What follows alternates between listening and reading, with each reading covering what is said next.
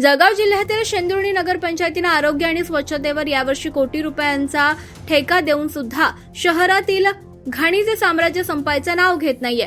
या गंभीर प्रकाराला आता कोण जबाबदार आहे याची जबाबदारी मात्र नगरपंचायत घ्यायला तयार नाहीये। फक्त कोट्यावधी रुपयांचा चुराडा ही नगरपंचायत करत असून मलिदा खाण्याचं काम नगरपंचायत प्रशासन करत असल्याचं नागरिकांचं म्हणणं आहे। या नगरपंचायतीने शहरातील नाल्याची साफसफाई करण्याचा कॉन्ट्रॅक्ट संबंधितांना दिलेला असताना देखील संबंधित एजन्सीनं कोणत्याही प्रकारची साफसफाई केलेली नाही। त्यामुळे शहरामध्ये आता दुर्गंधी पसरली असून नागरिकांच्या आरोग्याचा प्रश्न ऐरणी म्हणालाय।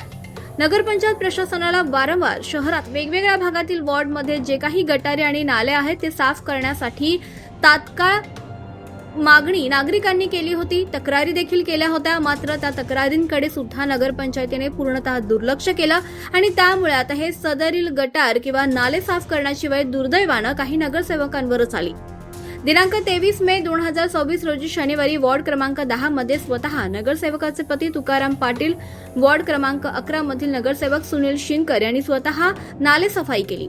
जर नगरसेवकांवर नाले आणि गटारी साफ करण्याची वेळ येत असेल तर संबंधित एजन्सीला टेंडर म्हणजेच ठेका का आणि कशासाठी दिला जातो हा प्रश्न नागरिक नगरपंचायतीला विचारतात। ज्या पद्धतीने ठेका ठरलेला आहे त्या पद्धतीने शेंदुर्णी शहरामध्ये काम होताना दिसत नाहीये। जाणून बुजून शेंदुर्णी नगरपंचायत याकडे दुर्लक्ष करताना दिसते। जर नगरपंचायत प्रशासनाने तात्काळ या बाबींकडे लक्ष देऊन कारवाई केली नाही तर नगरपंचायतीवर नागरिक आंदोलन केल्याशिवाय राहणार नाही असं त्यांनी इशारा दिलाय। ज्ञानपंख 24 न्यूज साठी राहुल सपकाळ, जळगाव।